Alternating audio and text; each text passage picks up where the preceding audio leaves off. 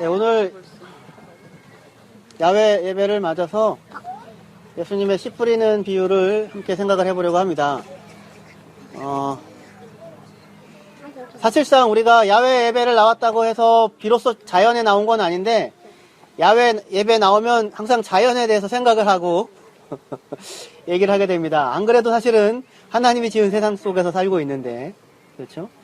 하지만 이런 기회나 계기가 있기 때문에 새삼스럽게 멈추어서서 너무 익숙하여서 알아채지 못했던 것들을 생각해 볼 수 있는 그런 기회가 될 수 있는 것 같습니다. 비유라고 하는 게 그렇습니다. 비유라고 하는 것이 굉장히 익숙한 이야기들을 하거든요. 익숙하게 잘 알고 있는 이야기들을 하는데, 근데 그걸로 미처 알아채지 못했던 삶에 대한 모습들을 전혀 새롭게 보여주는 그런 역할들을 비유가 하게 됩니다. 비유는 그런 의미에서 익숙한 것들을 낯설게 하는 그 힘이 있습니다. 전복적인 힘이 있습니다. 뒤집어 엎는 힘이 있습니다. 상대적으로 신화라고 하는 거는 현재 우리가 살아가는 삶을 좀 더 잘 이해하고 수용하고 받아들일 수 있게 하는 그런 기능을 합니다. 신화가. 현재 우리의 삶이 어떤 삶인가, 왜 이런 일이 벌어졌는가, 이런가 라고 하는 것들을 설명해주는, 그래서 현실을 잘 이해할 수 있게 도움이 되어지기도 하지만 동시에 현실을 그냥 인정하고 긍정하게 하는, 계속해서 유지시키는 그런 이제 기능을 하는 거예요. 예를 들면 우리 뭐 신화는 아니지만 이야기 중에서 토끼와 거북이 교훈이 뭡니까? 의도된 교훈은 그거죠. 놀지 말고 성실하게 부지런하게 열심히 살면 보상을 받는다 이거죠. 하지만 토끼와 거북이는 그렇게 하여서 결국에는 먼저 도착한 사람이 이긴다라고 하는, 먼저 도착한 것이 승리다라고 하는 그 룰 위에서 움직여지죠. 사실 이번에는 운이 좋아서 토끼가 잠들어가가지고 거북이가 이겼지만, 사실상 먼저 도착하는 자가 이긴다라고 하면은 다음번에는 누가 이기겠어요? 토끼가 이기겠죠. 그러니까 이게 현실에 뭔가 교훈을 주는 것 같지만 현실을 이렇게 그대로 인정해주는 그런 면모가 있거든요. 근데 비유는 이것과 달리 현실에 너무 익숙한 얘기처럼 보이는 것을 하는데 그것을 뒤집어 엎는 전복적인 능력이 있습니다. 예수님이 그런 식으로 많이 사용을 하세요. 예를 들어서 우리가 천국은 한 여자가 가루 서말 속에다가 집어넣은 누룩과 같다, 이런 비유가 있거든요. 근데 그것을 사실은 되게 익숙한 거죠. 그렇죠? 집에서 빵을 하고 떡을 하고 뭐 이런 거니까요. 가루 서말이면 세스아라고 해서 22리터가 됩니다. 22리터. 그럼 우리 교회 식구들 한번 하면 다 먹을 수 있을까요? 먹고도 남지 않을까요? 잔치입니다, 잔치. 이 규모가요. 근데 천국은 뭐와 같다고 얘기하냐면 여자가 누룩을 넣은 것과 같대요. 그러면 당시의 사람들이 생각할 때 누룩은 좋은 거예요, 나쁜 거예요? 유대인들, 이스라엘 사람들이 생각할 때는 나쁜 겁니다. 제사 드릴 때 누룩을 넣으면 안 돼요. 누룩이 들어가는 건 절대로 안 됩니다. 하나님께 누룩 드릴 수 없다고 얘기가 됩니다. 다만 단 하나, 화목제의 제사의 경우에는 누룩을 넣어도 괜찮아요. 그것을 제외하고는 누룩은 부정적인 거예요. 6월절이든 무거절 때든 누룩 들어간 떡을 먹으면 안 돼요. 그리고 예수님도 바리새인들과 이런 사람들에 대해서 그 사람들의 누룩을 조심하라고 얘기할 만큼 당대의 사람들에게 누룩은 굉장히 부정적인 이미지로 가지고 있었어요. 근데 그걸로 뭘 설명을 해요? 천국을 설명을 하더라고요. 그리고 누가 집어넣었어요? 여자가 집어넣었어요. 당대의 사람들에게 여자는 천국과는 별로 관계가 없는 사람들이라고요. 테필라라고 18개 축복 기도문 가운데 이런 기도가 있어요. 하나님, 나를 장애인으로 태어나지 않고, 나를 노비로 태어나지 않고, 나를 이방인으로 태어나지 않고, 나를 여자로 태어나지 않게 해주심을 감사합니다. 그런 시대가 있었습니다. 그게 여자거든요. 근데 그 여자가 부정적인 이미지인 누룩을 넣는 게 천국은 그렇다라고 이야기를 하는 것으로, 일상적으로 우리가 늘 부정적인 것이다, 더러운 것이다 라고 얘기하는 것이 오히려 천국을 나타내는 굉장히 중요한 요소가 되어질 수도 있다, 이렇게 얘기가 말하자면 되는 거예요. 그럼 비슷한 비유가 마가복음에 이제 우리 씨 뿌리는 비유 나오는데 그 뒤에 나오는 겨자씨 비유도 마찬가지입니다. 겨자씨 비유는 예수님이 이렇게 말씀하세요. 마가복음 4장 31절에 천국은 겨자씨 하나 같으니 땅에 심길 때에는 땅 위의 모든 씨보다 작은 것이로되 심긴 후에는 자라서 모든 풀보다 커지며 큰 가지를 내나니 공중의 새들이 그 그늘에 깃들릴 만큼 되느니라, 이렇게 얘기를 합니다. 혹시 겨자씨 나무 보셨습니까? 겨자나무? 겨자? 보셨어요? 어디서 봤어요? 사진으로. 저도 봤어요, 사진으로는. 직접 보셨습니까? 직접? 겨자씨는 검은 겨자씨와 흰 겨자씨가, 흰 겨자와 검은 겨자가 있다고 합니다. 저도 사진으로 봤어요. 보통 갈릴리 지방에 가면 들판에 그냥 아주 손쉽게 만날 수 있는 것이 겨자예요. 겨자 나무라고 마태복음과 누가복음 표현했는데 나무라고 불리기에는 부족한 게 너무 많아요. 그렇다고 풀이라고 하기에는 너무 좀 커요.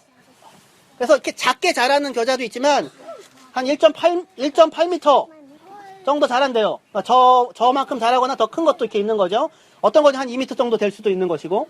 그럼 굉장히 이렇게 높게 자라고 있는데 들판에 어디나 흐드러지게 볼 수 있는 거예요. 한 로마 역사가가 그 지역을 지나가면서 유대 땅에는 이런 겨자들이 자라고 있는데 이 겨자들은 대부분 밭이 아니라 그냥 들판에 아무렇게나 피어 있는 것인데 한번 이것이 뿌리를 내리면 좀채로 뽑을 수 있는 방법이 없다. 그렇게 썼어요. 한번 뿌리 내리면 좀채로 뽑을 수 없다. 좀채로 제거할 수 없다. 무엇의 특징입니까? 잡초의 특징이에요. 잡초의 특징. 근데 그것을 예수님은 뭐로 비유해요? 천국은 겨자 같아. 굉장히 충격적인 겁니다. 그 나무 가지에 큰 가지를 내고 거기에 새들이 깃든대요. 그러면 원래는 큰 가지에 새들이 깃드는 그 형상은 사람들이 생각할 때 어떤 나무가 어울리냐면 백향목이 어울려요. 레바논 백향목이 어울려요. 천국은 하나님 나라가 큰 나라잖아요. 그래서 사실은 천국은 레바논의 백향목과 같으니 거기에 온갖 새들이 다 깃드느니라 라고 해야 마음이 편안해져요. 왜냐면 익숙하게 알고 있는 거니까. 내 기대를 배신하지 않으니까. 그런데 느닷없이 천국은 겨자나무 같아. 근데 그 나무라고 부를 수 없는 잡초 같은. 근데 거기에 새들이 깃들어. 그게 천국이야.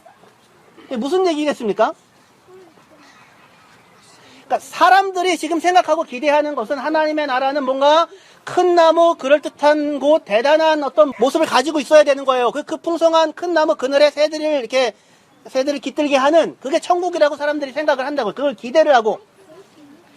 그런데 지금 예수님이 가르치시는 것은 하나님 나라는 그렇지 않고 갈릴리 주변에 흐드러지게 핀 잡초, 거기에 새들이 깃드는 것과 같은 그것이야말로 하나님의 나라야 라고 얘기를 하는 것으로 지금 누구가 하나님의 나라다? 자기의 말씀을 들으러 온 사람들, 이 병든 자들, 사회에서 죄인으로 생각하던 사람들, 소외된 사람들, 잡초같이 여기는 사람들, 질긴 생명력으로 어떻게든지 살아내려고 했던 사람들, 그 사람들에게 지금 하나님의 나라가 임하는 거야 라고 얘기를 하신다고요. 사람들의 기대와 되게 다르죠. 근데 우리는 교회에 와서 예수를 믿는다고 하면서도 하나님의 나라 천국에 대해서 무슨 꿈을 꾸냐면 레바논의 백향목을 꿈꿔요. 그게 하나님의 영광을 나타낼 수 있는 것이라고 생각을 해요. 그러나 사실은 그거는 누가 뽀대가 나고 싶은 겁니까? 내가 뽀대가 나고 싶은 거예요, 내가. 당시에 레바논의 백향목에 구약 성경에 따르면, 이미지에 따르면 레바논 백향목에 새들이 깃드는 그거는 애국과 바벨론 같은 큰 나라들을 상징하는 표현이었어요. 그러니까 이스라엘도 뭘 꿈꿨어요? 애국과 바벨론과 같은 큰 나라, 뽀대나는 나무가 되기를 꿈꿨어요. 그리고 그게 하나님의 나라라고 생각을 했던 거예요. 근데 예수님이 오셔가지고 천국은 그런 데 아니래요. 천국은 지금 바로 여러분들이죠. 여러분들은 어떻게 레바논의 백향목 같습니까? 저는 아니에요. 저는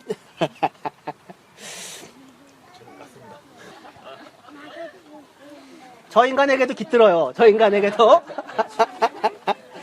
예, 레바논의 백향목 되면 안 된다는 얘기는 아닙니다. 그 얘기는 아닙니다. 그 에스겔 31장에 따르면 부러져서 넘어진 자리에 그 넘어진 나뭇가지에 새들이 깃들어요. 그게 말하자면 이 겨자 같은 잡초 같은 것들입니다. 하나님의 나라가 바로 여러분들 가운데 깃든다고요.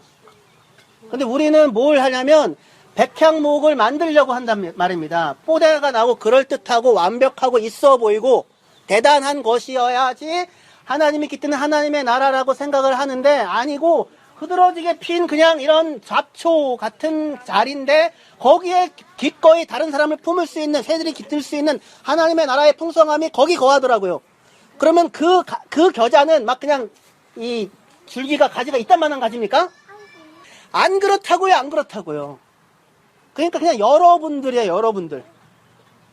거기 하나님의 나라예요. 근데 우리 스스로가 내가 얼마든지 하나님의 나라가 깃들 수 있는 공간이라고 생각을 못하는 거예요. 근데 예수님이 아니라고 얘기를 하십니다. 이렇게 전복적인 능력과 기능이 있어요. 근데 그래서 이제 오늘 본문에 예수님이 씨 뿌리는 비유를 얘기하는데, 씨를 뿌리는데 씨가 떨어지죠. 처음엔 길 위에 떨어지고요. 두 번째는 돌밭 위에 떨어지고요. 세 번째는 가시떨기 위에 떨어지고요. 네 번째는 좋은 밭에 떨어집니다. 그래서 앞에 세 가지에는 열매를 맺지 못하고 뒤에 한 마지막 그 밭에만 30배, 60배, 100배의 결실을 맺게 되죠.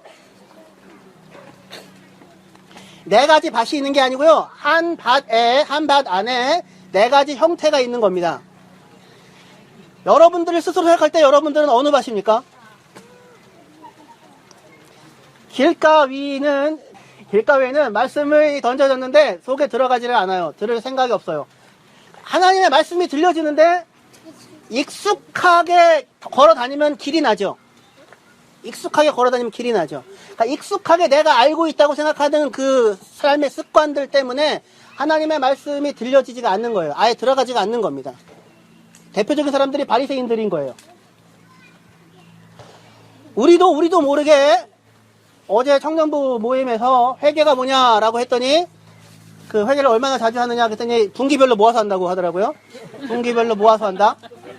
그럼 그 회개는 뭐냐? 목록들을 쓰고 나열하는 거죠. 한꺼번에 다 모아가지고 하나님 잘못했습니다. 용서해 주십시오. 이게 회개했어 이렇게 생각하죠. 이게 말하자면 길가예요. 길.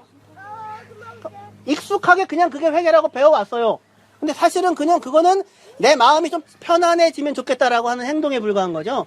정말로 죄 앞에 서서 내가 스스로를 고칠 수 없는 이 안타까움과 절망 가운데 있다는 것에 마주치고 정말로 안타까워한다면 모아가지고 분기별로 한 것으로 회개했다고 생각하지는 않을 거예요. 근데 그런 형태로 우리가 익숙하게 죄든 의든 신앙생활이든 교회든 하나님의 말씀이든 기도는 이런 것이고 예배는 이런 것이고 라고 우리가 알고 있는 것도 있잖아요. 그것들이 오히려 진짜 하나님의 말씀을 듣지 못하게 만든다고요. 하나님의 나라 하면 어떤 이미지가 떠올라요? 여러분들에게도 사실은 레바논 백향목이 떠오르잖아요. 겨자씨로 만족을 못한다고요. 겨자나무로. 죽을 때까지 이거랑 싸울 거예요, 여러분들. 겨자나무로 만족을 해야 되는데 겨자나무로 만족을 못하고 레바논 백향목이 되겠다고 우긴다고요. 하나님은 베어버리겠대요. 베어버려서 밑둥에 베어진 자리에 이렇게 순이 나는 게 나사렛이에요. 나사렛 예수. 근데 우리 안에는 계속해서 레바논 백향목이 되어야 한다는 욕망이 올라온다고요. 그래서 그럴듯해 보이려고 자꾸 자기를 겉을 꾸미는 거죠. 외식을 하는 거죠. 안 해도 된답니다. 안 해도. 안 하는 게 오히려 신앙의 길이에요. 드디어 거기 신앙의 길에 설 수 있는 거예요. 있는 모습 그대로 있는데 하나님이 일을 하시는 거예요. 하나님이 다스리시는 거예요. 그래서 거기서 도저히 이 겨자나무에 깃들 수 없는 새들이 와서 깃드는 풍성함의 자리에 서게 된다고요. 길가고요, 길가. 두 번째는 돌밭이죠, 돌밭. 돌짝밭이라고 되어 있는데 이거는 돌이 이렇게 파면은 막 돌이 나오는 그런 데가 아니고요. 그 베드로 있죠, 페트로스라고 해서 반석이에요. 그러니까 밑에 아예 돌이 이렇게 큰 바위 덩어리 같은 게 있고 그 위에 흙이 있어서 도저히 뿌리를 내릴 수가 없는 곳입니다. 근데 흙은 얇게 덮여 있어요. 그래서 겉으로 일단은 싹은 나요. 그러니까 당장 뭔가가 일어나는 것처럼 보이는 거죠. 그런데 아무 그 결실할 수 없는 것은 밑에 뿌리를 내릴 수가 없기 때문에 환경이나 조건 자체가 말씀이 뿌리를 내릴 수 없는 것이 들어와 있는 거예요. 뭐에? 우리라고 치면 우리의 마음 안에 돌마음이죠. 돌마음. 에스겔에 따르면 돌마음을 제거하고 하나님이 부드러운 살마음을 주실 것이라고 얘기합니다. 근데 우리 안에 이렇게 돌마음이 있는 겁니다. 돌마음. 그래서 도저히 거기에 들어갈 수 없는 뭔가가 있는 거예요. 그러니까 반복적으로 뭔가 나타나는 거는 같은데 뿌리 내려서 열매 맺는 자리에는 못 서는 것입니다. 세 번째, 가시떨기. 씨가 떨어졌는데 가시떨기가 자라나가고 있습니다. 그래서 이게 뿌리를 내려서 자라기는 하는데 제대로 크지를 못하는 거죠. 왜냐하면 다른 것들이 워낙에 강하게 있으니까 숨을 막았다고 합니다. 말씀을 질식시킨대요. 말씀을 질식시킨대요. 우리도 여러분들이 말씀이 질식되어지는 경험들을 많이 하지 않습니까? 설교를 듣고 말씀을 들으면 아 하나님이 내 인생을 다스리시는구나, 내 아버지이시구나, 믿고 신뢰하고 살아야겠다고 생각이 들죠. 그랬으면 좋겠습니다. 그때만이라도. 근데 나가서 교회 예배가 끝나자마자, 축도가 끝나자마자 아, 오늘도 저 사람 얼굴을 어떻게 보나 라고 하면서 염려가 들어오기 시작하죠. 염려와 욕망과 그 다음에 다른 기타 일들에 대한 욕망이라고 하는데 되게 웃긴 표현이에요. 우리는 굉장히 중요한 것을 욕망한다고 생각하는데 성경은 뭐라고 얘기하냐면 나머지 것들에 대한 욕망이에요. 그러니까 굳이 붙잡지 않아도 되는 나머지 것들인데 그 나머지 것들이 우리에게는 왜 이렇게 중요한지 그것을 붙잡고자 욕망해요. 그 욕망하는 말들이 내 안을 가득 채우는 겁니다. 그러니까 하나님의 말씀이 하나님이 너희를 사랑하시고 지키시고 인도하시고 그의 나라를 너에게 주기를 원하신다라고 하는 이 말씀이 자리 잡질 못하고 숨이 막히는 거예요. 그래서 이 말씀이 일하지 않고 다른 말들이 계속해서 사로잡는 겁니다. 염려하고 근심하고 걱정하고 시기하고 그리고 다른 것들에 대해서 욕망하고 그리고 재물에 대한 속임, 재물의 유혹이라고 했는데 재물은 우리를 속이는데 어쨌든 그것들 때문에 말들이 가득 차가지고 하나님의 말씀이 작동을 하지 못하게 되어지는 것이 지금 이 현실인 거예요. 그러나 마지막에 네 번째 좋은 밭에 떨어지면 말씀을 듣고 데코마이게 환영하고 환대하고 받아들이면 환대하고 받아들여야 돼요. 환대하고 받아들일 수 있는 마음이 있어야 되는데 환대하고 받아들이면 30배, 60배, 100배의 결실을 뭐가 맺는데요? 말씀이 맺는데요. 말씀이 맺는 거예요. 여러분들이 맺으려고 노력해서 맺혀지지 않아요. 그 마가복음 뒤에 나오는 말씀에 따르면 주인이 씨를 심고 나서 밤에 자고 낮에 깨고 그냥 어떻게 자라는지 모르고 시간이 지났는데 씨가 자라나 있더라 이거예요. 하나님의 말씀이 우리 가운데 일을 하신다고요. 뭘 하기만 하면 듣고 그것을 환대하여 받아들이면 그 말씀이 우리 가운데 일을 하셔서 우리 삶의 변화를 낳고 그리고 열매를 맺어가게 되어지는 것입니다. 자, 그런데 이 네 가지 밭이 있는 게 아니고요. 한 밭 안에 네 가지 양상이 다 있는 거예요. 이 네 가지 일들이 다 일어나요. 그럼 여러분들은 스스로 생각할 때 어느 모습의 밭을 가지고 있습니까? 길 위에 있습니다. 거의 대부분 길이에요, 이게. 도대체가. 그리고 길 밑에 돌판까지 있어. 그리고는 거기에 이 엄청난 생명력으로 가시덤불이 자라나고 있어. 좋은 밭이 없어요, 도대체가. 스스로 생각할 때 어때요?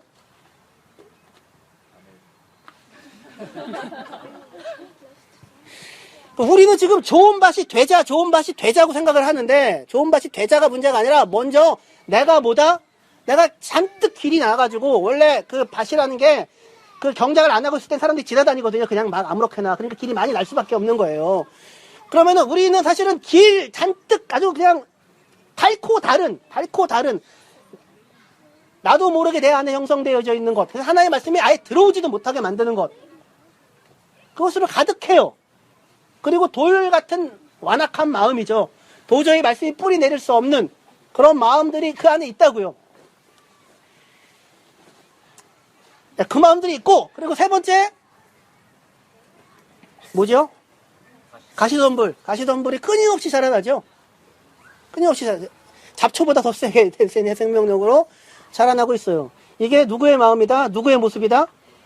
우리의 모습인 거예요. 지금 근데 이들을 향하여 예수님이 뭘 하십니까? 씨를 뿌리고 있다고요. 지금 말씀을 하고 계십니다. 계속해서 반복적으로. 언젠가 분명히 농부는 그 밭을 기경할 겁니다.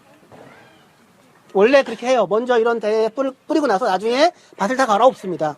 우리의 농법이 그렇습니다. 그것이 갈아엎는 것이 말하자면 우리의 인생이고 우리의 삶일 것입니다. 하나님께서 그렇게 하시고 있는 것에 대하여 우리 자신을 개방하시고 하나님의 말씀이 내 안에 일하지 못하게 만드는 모습이 내 안에 가득하다고 하는 사실을 확인하시고 그러나 그러한 나에 대하여 예수께서 계속해서 말씀을 하고 계시는 중이라고 하는 것, 그리고 포기하지 않으실 것이라는 것, 그리고 때가 되면 그가 밭을 다 갈아엎으실 것이라는 것, 거기에 소망을 드셔서 하나님의 말씀을 들으시고 그것을 환대하셔서 말씀이 여러분들의 삶 가운데 일할 수 있게 허락하시기를 주님의 이름으로 축원합니다. 지금 이 얘기를 들었는데 제가 볼 때는 길가 위에 많이 떨어져 있습니다. 돌판이 가득합니다. 아직도 가시덤불 엄청납니다. 다음 주에 또 뿌리겠습니다. 매일같이 하나님께서 우리 삶 가운데 간섭하셔서 햇볕도 주시고 비도 주셔서 30배, 60배, 100배의 결실을 도저히 일어날 수 없을 것 같은 우리 안에서 열매 맺어낼 수 있기를 소망하고 믿고 그 증인들이 여러분들이 되시기를 바랍니다. 기도합시다.